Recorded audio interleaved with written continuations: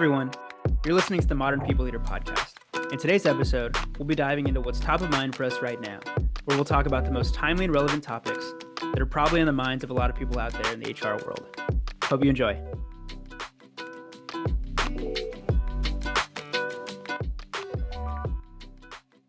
Welcome to the Modern People Leader podcast. This is episode 3. Man, we're 11 days into 2021 and it's already been quite the year. If you were expecting a shift back into normalcy, I wouldn't hold your breath. Today, we're talking about HR and engagement trends and what to expect in 2021. Awesome, man. Yeah, I'm looking forward to it. Curious what you think is on the horizon for 2021. But before we look forward, I think it would be really interesting if we take a step back and talk about 2020. What are some of the biggest changes and trends in 2020 that you think will continue going forward? Geez, where do we start, Daniel? There's so much, but I don't even have to hesitate. The first thing that just jumps to mind for me, the biggest change, without a doubt, it was remote working, or the hybrid workforce, whatever you want to call it. It just, how fascinating! There, never before have we had an experiment like that where everyone in the country, across the globe, most people across the globe, had to change the way they work overnight. And to be honest, that I was really skeptical about it. Clearly the circumstances were difficult. And I think that, especially people in my generation, there's just this connection to the workplace. Like, that's how we were brought up to think and believe that you really had to be in a physical office. And wow, I just was completely surprised at how well things worked for us.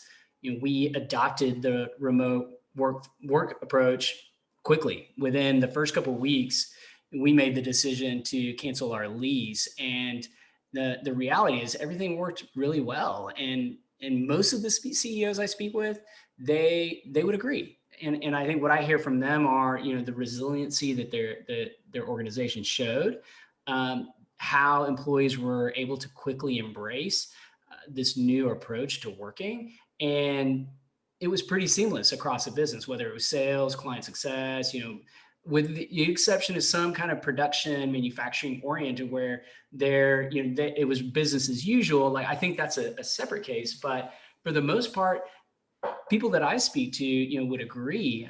I don't know what your experience was at your company, so I'm curious to hear that.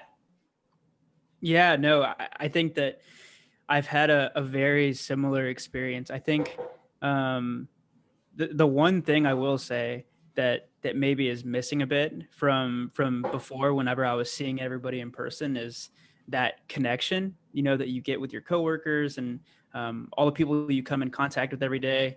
I think maybe that has probably lacked a bit the past, but what is it now, going on 10 months of working from home. But I think overall it's been pretty awesome. Speaking as an individual contributor and, giving the employee perspective, I love working remotely. I'm willing, to maybe not have some of that, in-person face-to-face time, if it allows me to get some things back personally. I mean, I'm getting back maybe 45 minutes to an hour of driving in traffic each day. Commute. Yeah, no commute. Huge. So it just allows me so much more time to do things that I really love. So for that, I love remote working. I will say, going forward in 2021, if there were a hybrid option that was given to me, I'd probably take it. It would be nice to see people once or twice a week. But for the most part, I think that my company and my department and my team, everyone has been highly effective working from home. I don't think there's been a dip in engagement. I don't think that there's been a dip in productivity. I think overall it's been a smashing success. Do you see, I don't know, do you guys do surveys on remote work? I'm curious what the data says. Yeah, well, the data points to absolutely, similar to what you're saying. Employees want this option that's a hybrid, and I think that's where we're going to end up. my belief is there is good data that points to there needing to be some sense of some degree of in-office interaction, but there isn't. It's hard to challenge this remote working option now, and so I think that we'll talk about it a little later. I think 2021 is going to redefine what the future of work really is going to be. But the data says that people still feel like it's not safe. And if you watch the news, it's hard to dispute or hard to challenge why the employees are concerned. In fact, as recent as our December data, our data set is saying 70% of employees are still, they're concerned. They're concerned about returning to work within the next 6 months. And I think those are valid concerns. Yeah, no, for sure. I definitely don't feel safe going into the office right now, especially with, COVID, being at an all-time high. I definitely want to wait it out until, the vaccine is, made its way across the country and most people are vaccinated. But yeah, I think that companies will have to make some big decisions, mid to late 2021 about whether or not they want to keep these huge office buildings or if they want to shift to a more hybrid model or fully remote. It's going to be interesting to see how it plays out. The next thing that I would point out is the need for gathering employee feedback, also related to the pandemic, the change in the work situation. But what was typical is like once a year you would do an annual engagement survey. Maybe you do that twice a year, and there just was a massive shift to a more frequent cadence in terms of gathering employee feedback. So, the emergence of pulse surveys being a critical piece of the employee feedback strategies across companies, and sometimes companies were using feedback platforms, other times they're using SurveyMonkey's Google Forms. But I think the one massive trend that we saw was this need to get quick to action topical surveys, whether it was related to return to work or it was, gauging what resources were still needed from your remote workforce. The reality is that there are a variety of areas, not just engagement, that HR needed to gather. Not only HR, the office of the CEO, all the task forces that were put together in response to COVID. There were just so many different groups that needed to get employee feedback, and there was you just couldn't wait. And so the emergence of pulse surveys, I think, is another major shift and trend that we saw in 2020. Next, I would say the reemergence of diversity, inclusion, and belonging. Well, real quick, Stephen, I want to maybe dive into that a bit deeper. So Okay. when you say pulse survey, I think a lot of people probably think about the common like 1 to 2 question survey where it's just maybe asking ENPS or it's employee satisfaction. And I know you mentioned that the emergence, in 2020 is maybe not exactly that, but more so I just wanted to make sure that we delineated between the two. How would you describe the difference? That's a good check-in. So pulse survey, you've got micro surveys and you've got short surveys that are anywhere from 5 to 10 questions. Those are the extremes. And the micro surveys, that's what a lot of people have historically associated pulse surveys with. And there are a lot of tools out there, and they gather some solid data. The issue with and that's not what I'm referring to. The issue with those tools is that approach rather is that there's not a bias to action, right? When you're asking a single question a week, it's hard to get critical mass on your data set that will really point you to a specific action you can take. It's great at just getting an understanding of how your employees are feeling, what are trending topics with your workforce. I'm really referring to the other end of the spectrum. So the short 5 to 10 question surveys. And the reason why those kind of sprung up is because of the variety of topics that we had to address over the last year, and the need to touch, on well-being, the need to touch on diversity inclusion, the topic we'll talk about here in a sec. There's a number of a variety of topics that needed to be assessed. And so what we saw were being packaged into these shorter surveys, maybe lumping in some engagement questions into the mix. And again, if you are an IO psychologist, like that kind of, sends shivers down your spine, because it's difficult to really truly statistically understand, measure the factors that you're trying to measure. But the reality of the world we were in over the last year has been the need to get surveys out, to get quick data and feedback from your people, so that you could quickly examine specific areas and understand how you could make better data-backed decisions. And so not the traditional view of poll surveys, again, that single question a week, but this new definition of what we see companies using a poll survey is, again, these 5 to 10 question surveys. And I think that's really turned a lot of engagement programs upside down. And a little later, we'll talk about the impact I think that will have on programs heading into this year. Yeah. So quick, I'll give you a +1 on poll surveys. At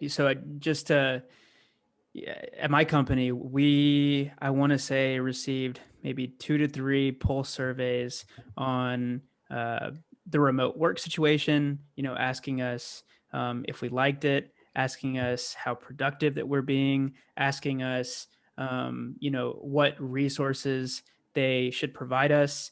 In addition, I want to say we had a survey where we touched on diversity and inclusion. And coming out of those were all separate surveys. Those were all separate surveys. And coming out of that, we were then given a stipend to upgrade our home offices. We were all required to take unconscious bias training. And then I think there were a few other actions that came out of that. So I'm just going to give a +1 on poll surveys. I think that they can be highly impactful. Yeah, and I think that's the thing is your employer was able to make those quick decisions because they saw very specific results, very specific feedback in areas that were so, because the survey is much smaller, it was really easy to pinpoint where they needed to take action. And I believe that that's going to be a trend that continues in 2021, but I don't want to steal my own thunder. So the next item that I was mentioning is diversity, inclusion, and belonging. Wow, what the social unrest that we saw over last summer, I think, just casts a new light on the topic of diversity, inclusion, and belonging. And I personally have been in a former life. I was a diversity officer for a real estate finance company in Dallas, Texas, and so I am super passionate. I'm also a Hispanic leader, Hispanic entrepreneur, and so many different dimensions. I relate to the topic of diversity, inclusion, and belonging, and to see how many companies, it felt like overnight, this was a top priority in terms of getting their diversity, inclusion, belonging strategies back on the radar at their companies, or even launching.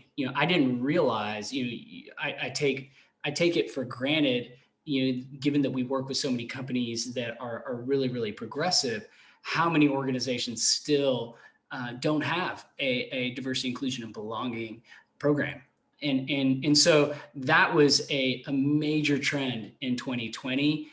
And it was around August, September. And, I love marketing analytics. I love to nerd out on that aspect of our business. And, the number of hits and number of requests that we were getting for information around diversity, inclusion, belonging, downloads of our diversity, equity, inclusion, belonging survey index and our template questions, it just was off the charts. And I believe that really stemmed from everything that was happening over the summer.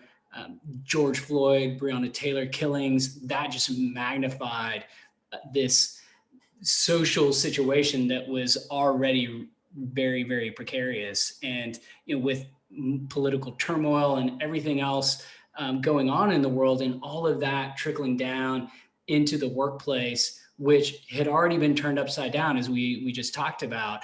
This was something, this topic being thrusted again, I think was a huge trend in 2020. Yeah, no, I mean, I think also employees are holding their employers accountable. They're, calling out their CEO or their, whoever, the entire leadership team Yes. on diversity, inclusion, and belonging in, company-wide meetings, or maybe it's in their feedback. But I think that employees really caring about this is making companies hold themselves accountable, which I think is great. So that was and from your vantage point within the company, was this happening, at certain levels? Were you seeing this across the board? I mean, it fascinates me, that how polarized of a topic this is. And so I'm just curious, what from your vantage point within the organization, what did that look like?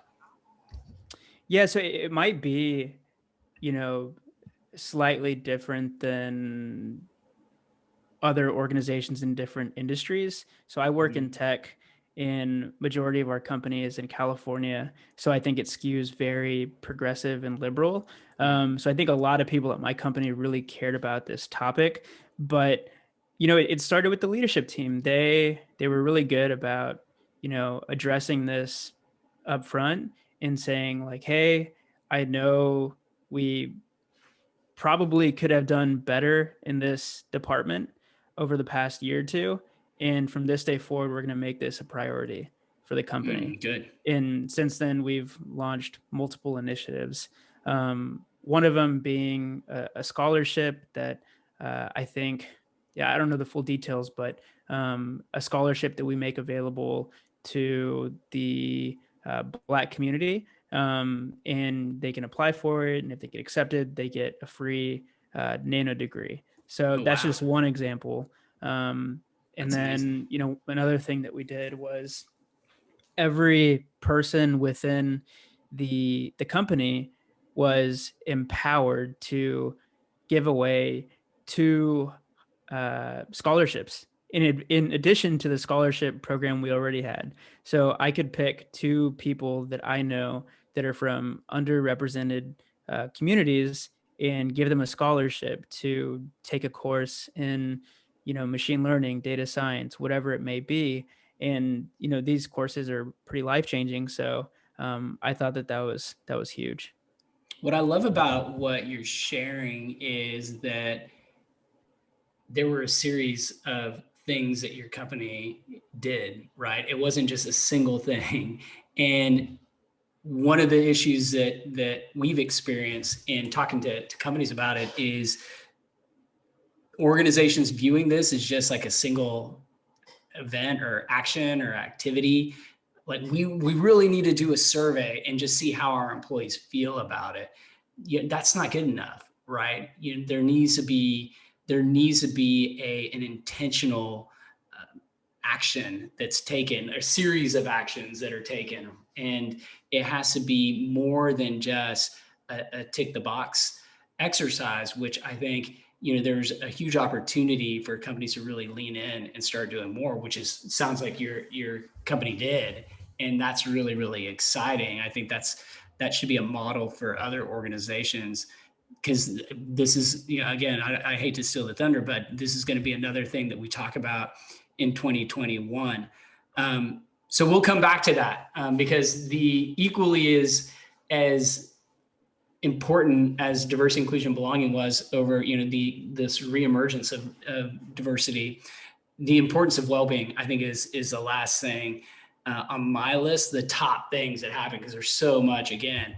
But the reality is we're in the midst of a well-being crisis in this country. Mental wellness is a problem. It's a major, major problem.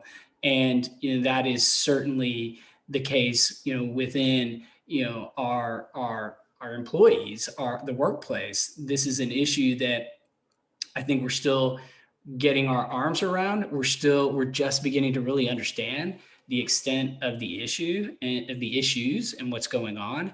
And so well-being historically was a small function within a function within HR.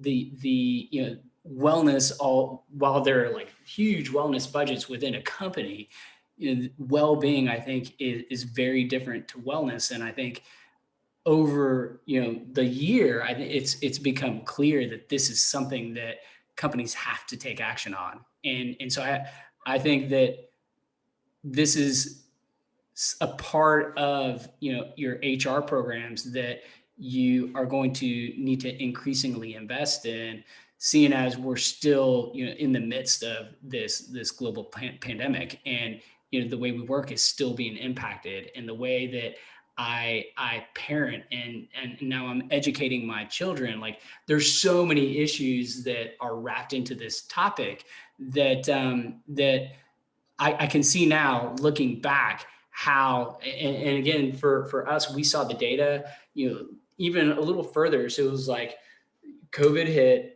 we had to change the way we worked. So remote working, was like the first major thing.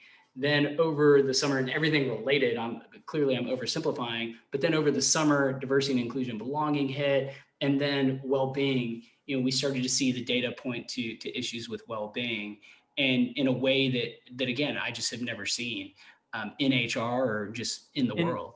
What's interesting? I think that mental health has been something that people have struggled with forever. I think that for whatever reason, it's just now becoming something that's talked about in the mainstream. But I think that it's something that's so important. I've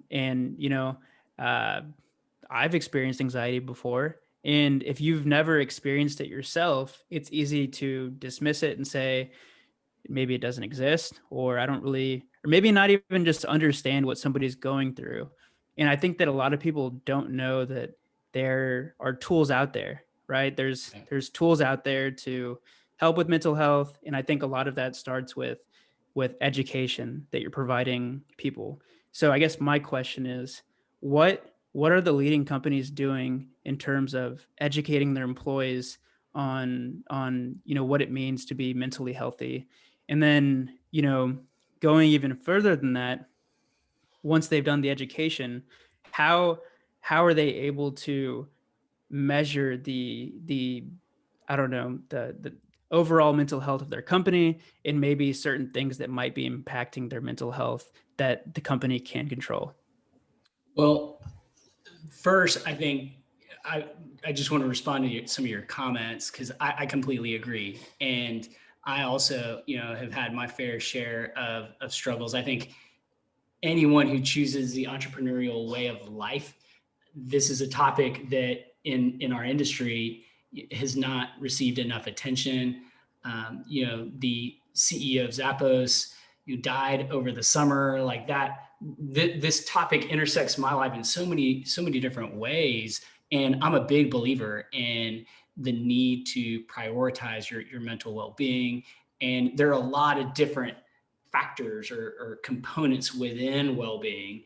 And so I think the education piece is a really, really important part of this. I think starting and engaging in an active dialogue with your people about it is really, really important. It sort of demystifies the topic a little bit, and it helps people build the courage to leverage the resources that are available. And that's the thing, is companies already offer a lot of resources to their employees. Can that get better? Absolutely. And I think it will, and I think it should in 2021.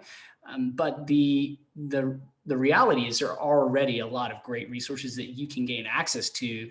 The issue is like, I don't want to raise my hand to take advantage of those, or I don't want to ask or reach out to anyone because, a lot of people are just, very shameful about even broaching these topics. And I told you, like, my podcast, like, I'm a big fanboy of Brene Brown and the work that she does in her podcast. And if you don't listen to it, I know you do, Daniel, you've listened to it, but for our audience out there, if you don't listen to it, you should, because she just shares so much good things about this, and the notion of like the role that shame plays in so many things that we do and don't do. I think that, that's a big barrier for employees or anyone struggling with mental well-being. That's something that they need to overcome. And I think companies need to make it easier to get over that hump. Yeah, no, I 100% agree with everything that you just said. I think a lot of people, if they are, suffering from mental health issues, might feel like they're stuck. And I think until they find those resources, or until somebody that they really respect talks about having similar issues, it's only then that they realize, oh, there are mechanisms for me, dealing with this and potentially, becoming, mentally healthier by practicing whatever it may be. And just to give an example, our leadership team, they actually did another, really cool thing that they did in one of our all hands meetings was each C-level went around and shared what they do on a daily basis to keep themselves mentally healthy. So they talked about, meditation. I think one of them talked about how they meditate every day. They talk about how important exercise is in their daily routine.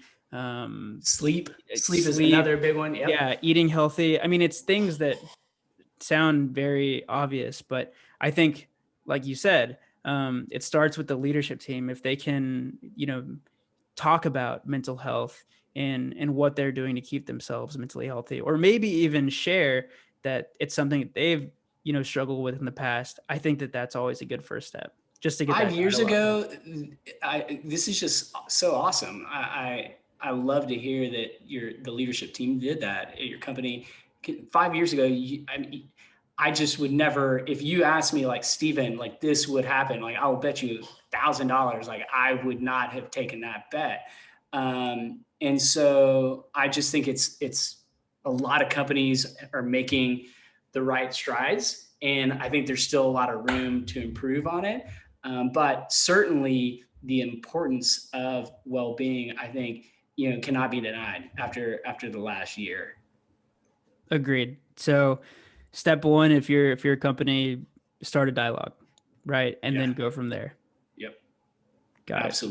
Absolutely. Make your employees feel and truly believe that it's okay to talk about these challenges and issues. Because the reality is, after a year like 2020, most of us have experienced some challenge or issues some way or shape or form. Yeah. So I know we just covered a lot right there. Are there any other trends that you think are, lagging that we're gonna, see this year that maybe started popping up towards the end of the year? Yeah, here's the thing.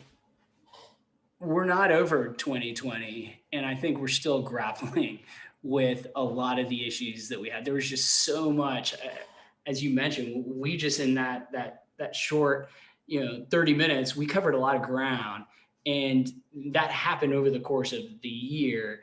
And a lot of this is going to have a trickle down effect on the workplace. And so I think that we're still grappling and we're still trying to understand the issues, that the repercussions of all the things that we face and we dealt with last year.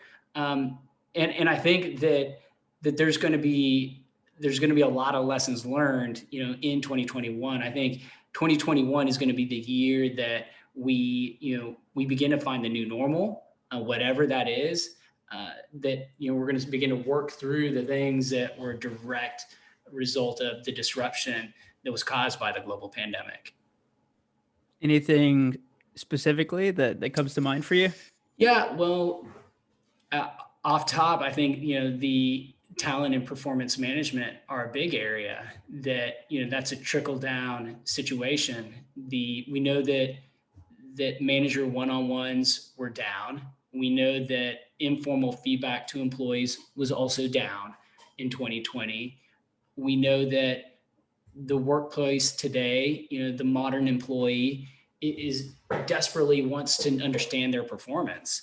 I think once a year process isn't good enough. Most companies at best in 2020 got through their normal performance review cycle, but that's because many are still tying that to compensation, so they had to get through that process. That's not good enough anymore. I mean, it's just employees need more than that, but there's so much to unpack from that, right? And so I think that Yeah. So like, we're why do you think that is? Why do you think that one-on-ones are down? Why do you think that companies are only going through this process once a year? Yeah, and when I say one-on-ones, what I mean is like the typical structured conversation that was part of a one-on-one was disrupted, as was all the rhythms that a company, the meeting rhythms that a company typically has in place. I think for a good at least a quarter of the year, the nature of the conversation employees were having with their managers, the natures of those conversations were challenged. And I think we were all just trying to get by as best as we could. It wasn't front of mind for managers, to have constructive, one-on-ones with their employees. And so typically the informal feedback process is baked into those one-on-ones. Like the companies that are practicing, I guess, the most structured and I guess most successful one-on-ones are those whose managers really can navigate the conversation with employees and really drive them to the areas of their performance that need to be improved, as part of the informal conversations within the one-on-one. And I think the tech stack, we had to all embrace Zoom, and while I use video with all my Zoom calls, there reasons at home why that was a challenge. And so I think there are a lot of factors.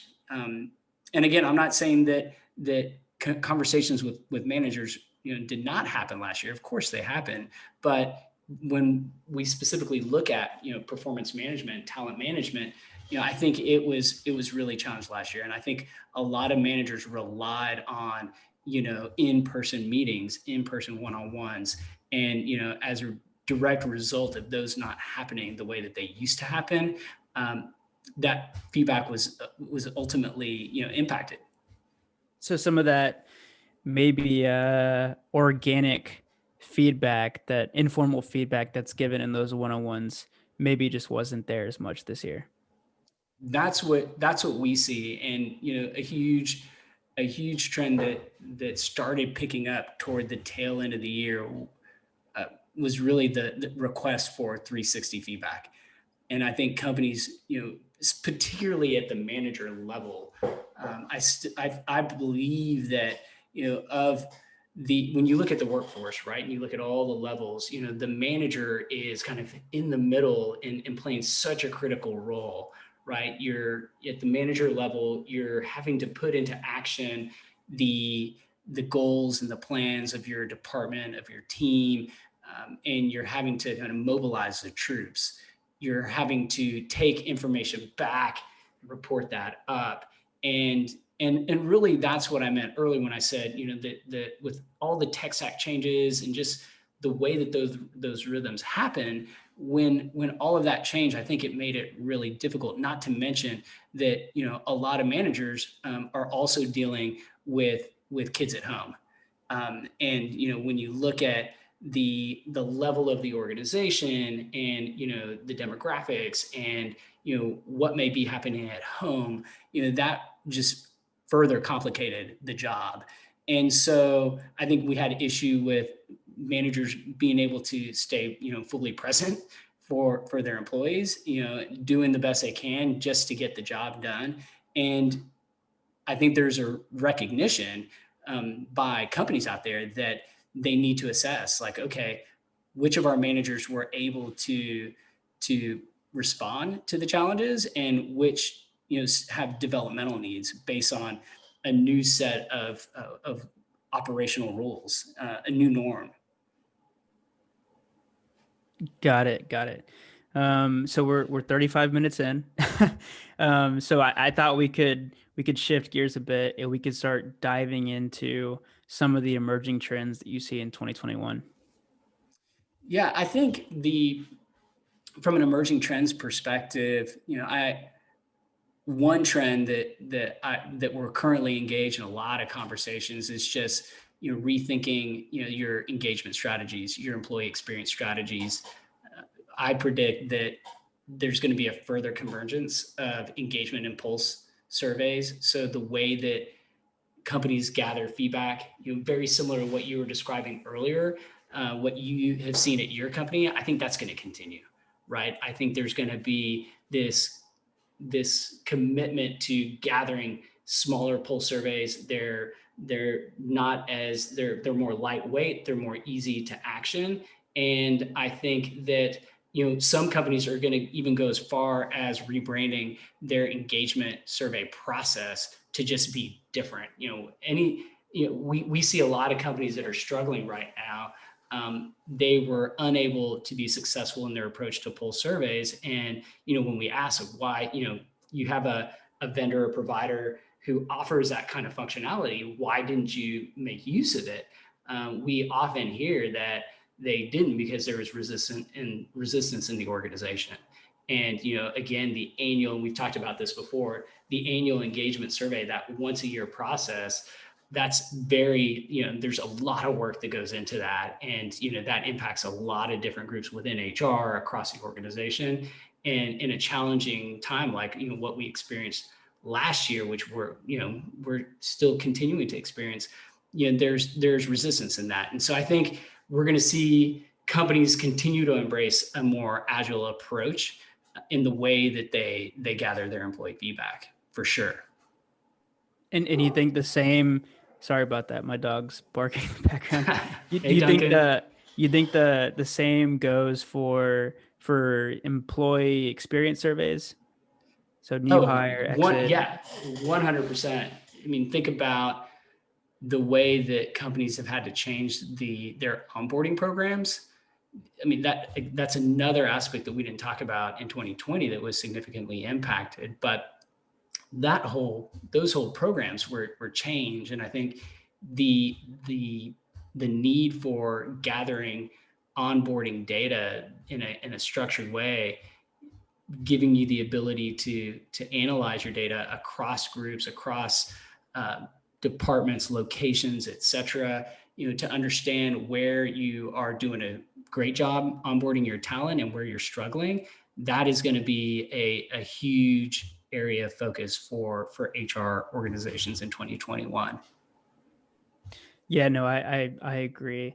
I'm just thinking about, me being one of them, all of the people in the world that started a new job in 2020 and had to adjust to this fully remote, setup, and maybe have never even met one of their coworkers in person. That's I crazy. It's weird. Like, I got lucky that I started in January and we had a couple all, I think we had, like 60 or 70 people from our team in one city. Like, everybody flew to a city and we all met up. We did that twice in the first 2 months of me being on the job. And then in month 3, that's when COVID hit, Nope. and I haven't seen anybody since. So I can only imagine people that started post March and haven't met a single one of their coworkers. It's just weird. So their onboarding experience is going to be vastly different. And I Yeah, think it's so important to check in with them and see how they're adjusting.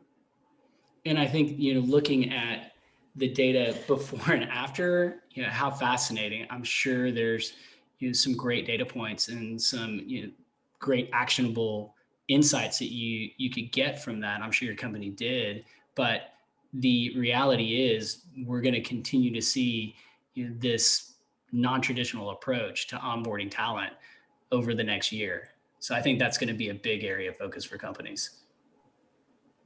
Yeah. So we talked about performance management, and you talked about how this, once a year process just isn't really working. So what do you expect to happen in 2021? Are there any emerging trends that you see? Yeah, I do. I see. So within, talent management, performance management, engagement, historically those have all been, different programs under the same umbrella. And we've seen over the last year, there's just been this intersection, this convergence of all three of those things happening. And I think that's going to continue in 2021. I think in fact, it's going to accelerate.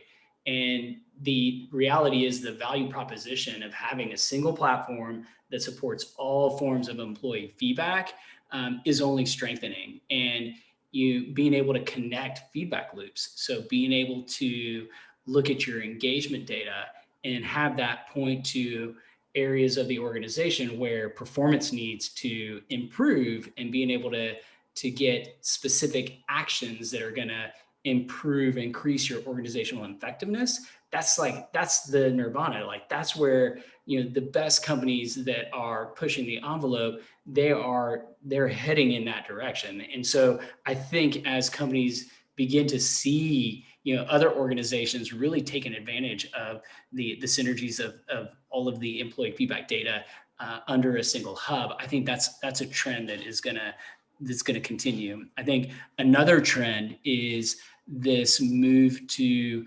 more agile and a more scalable way of deploying tools like 360 feedback across the organization. And what I mean by that is, historically there have been these laborious kind of surveys that would then result in a 30, 40 page result for an employee that would require a coach within HR or someone who is certified to interpret the results that would then meet with the employee. And I think the reality is that's not scalable. And so companies are going to begin to embrace, more focused ways of conducting 360s and quickly getting feedback, particularly at the manager level, like we were talking about earlier. Got it. And I know we're jumping from topic to topic, but I wanted to talk about diversity, inclusion, and belonging. So we talked about how, the trend from 2020 was that companies were acknowledging that it was an issue that they in fact needed to address. And some companies, started to build a foundation of that DIB committee or program or initiative, whatever you want to call it. So what do you think? Are there any innovations that you foresee in the DIB space? If so, what are they? Yeah. So the first thing, my prediction, and I could be totally off on this, but I believe that 2021 is going to be the year of like major innovation in the diversity, inclusion, belonging tech stack. So I think there are going to be, historically, the tools have been really focused on awareness, training, and I think there's going to be a progress made on kind of the latter parts of the value chain with diversity and inclusion. And the reason for that is, if we look back, I think there's some lessons to be learned. So the companies that I mentioned earlier, that this reemergence of diversity in the conversation within companies, most of those companies have done something in the past, whether it's defining a diversity statement or engaging a consultant to do some D&I training. There's been some form of investment, and the reality is it hasn't done enough. And there's this huge focus right now to really see better results. And I think that there are a lot of interesting, sexy new startups that are popping up And time will tell, but I think we're going to see some major innovations in the D&I tech space. I think that another trend that we're going to see is a focus on equity versus equality. And what I mean by that is, the nuance that, this is about creating equity for all individuals within the organization, individuals of all backgrounds, and not forcing equality. And I think a lot of people still look at the diversity and inclusion conversation as, oh, well, this is some form of affirmative action, and I can't buy into that because this is just an agenda that's being pushed onto me. And I think there's an opportunity for a better education of really what companies are trying to accomplish. And so that, if you look at the history of diversity, inclusion, and belonging, and now equity, like there's a lot of words in there, because as the topic has evolved, our awareness has evolved, so has, the focus on what companies are looking at. And I think the focus on equity, again, this differentiation between equity and equality is going to be a major topic that the companies are focusing on in 2021. Man, there are a lot of acronyms and terms within the HR space that I'm learning. I think I think it can be really confusing. There's a lot of jargon, and one of our goals is to help make sense of it all. And so I think we may need to spend a session specifically on diversity, inclusion, belonging, or bring one of my friends that that I have a lot of friends that are experts in the topic to help educate us. Yeah, no, I think that's a great idea. So what about well-being? I know we talked about how well-being is no longer an afterthought. It's a core pillar of every company's people strategy, right? Yep. So what do you think? What are some things that you think will happen this year that are new, or maybe not new, but companies just hadn't been doing before? Yeah, well, I certainly think that in 2021, well-being is going to be a primary area of focus, or a pillar of the HR strategy, the people strategy for companies. I think that there's going to be the introduction of a new set of tools made available to employees, and in some of those, there's a wide spectrum of tools out there, from providers that are really zeroing in on well-being and performance and the connection between those two. My good friends at Aduro Life, that's one company that's really looking at that relationship and providing a suite of tools and programs, coaches that are all about driving improved and increased performance through well-being programs and the well-being of your employees, through apps like Talkspace, right? I forget what the numbers are, but it was like 60% growth in Talkspace downloads. And if you're not familiar with Talkspace, you should check it out. But this all was happening around the time of the stay-at-home orders, the original stay-at-home orders. And so I think we're going to see the suite of well-being tools and apps that are made available to employees. I think they're going to diversify. I think that there is going to be these are going to be brought to the forefront of the offerings that are made available to employees. I think that you're going to see a lot more conversation, like the conversations that you guys have had at your company. You're going to see a lot more of that in 2021. But I know I could talk on and on and on about well-being. And I know we're running short on time, and as usual, I'm going to flip the script a little bit. And given, we have 5-10 minutes left, I'm just curious what you see in the learning space. What are some of the trends that you see there? I'm just curious. Yeah, so I can only really speak to the technical learning space. So, people that are looking to advance their skills in, maybe it's data science, maybe it's machine learning, programming, whatever it may be. But as far as technical skills, I think that there is a huge demand for these skills, and that demand just isn't being filled. That there's a huge gap in the workforce that's not being addressed. So I think that a lot of companies are having to rethink how they're going to acquire these skills that they need to drive some really important programs within their companies. And I think one buzzword that's thrown around a lot is digital transformation. How am I going to achieve digital transformation within my company? And for some companies that are really old school, maybe that means moving to the cloud.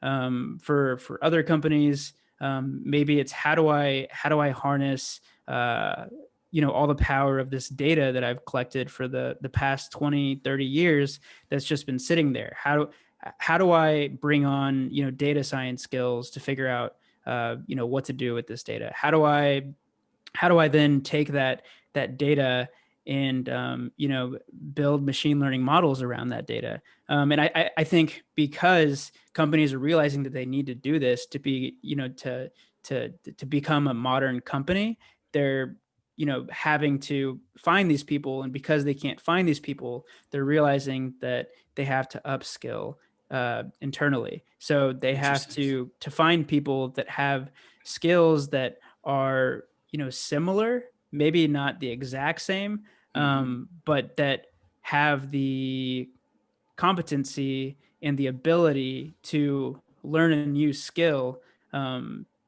that maybe they didn't know before, but they'd probably be good at because of their current role, in training those people so that they can help with some of these digital initiatives. That makes a lot of sense. I know that part of the challenge when you're bringing on new talent is just the cultural fit. And if I understand you right, like the shift toward taking your internal talent and upskilling the talent that you have, like for me, that's a no-brainer. Like that I would always take that if I can, just from the cost of talent and the risk associated with not having the right cultural fit, or whatever it might be. And so that seems like a complete no-brainer. And I guess with all the uncertainty right now with the labor market and everything that's going on in the world, like I can see how that would definitely be a trend. Does that hold true with I guess college students? And do you see a similar trend? Like what's going on there? Is there anything worth noting there? I think that I don't have a great answer, but I will say that a lot of kids that are thinking about maybe going to college versus enrolling in an online course to learn a specific skill, they're going to have to make a decision. Do I want to have the college experience and maybe pay a lot more money to go to college? Money, yeah. Do I want to pay a lot more money and have the traditional college experience, or do I know what I want to specialize in and maybe invest in courses that help me build up those skills at a much lower cost? So I think it just depends on the person, and I think it also depends on the maturity level. A lot of people at age 17, 18 have no idea what they want to do. So maybe going to college is the right decision for them, so that they can explore different paths and figure out what's best for them. But if there's somebody that is set on becoming a data scientist, or maybe they know they want to go into digital marketing, and they know that there are plenty of courses out there in digital marketing, maybe they decide to go that route. And not go the traditional route of going to a 4-year university. But I think it just depends on the person. Yeah. Well, I know whatever the outcomes are, whether it's learning or diversity or, engagement, this is going to be an exciting year ahead. I certainly am really excited about the year ahead of us. I'm not only excited about the year ahead of us, but I'm also excited about the weeks ahead of us, because we are going to be kicking off our guest speaker portion of the Modern People Leader podcast.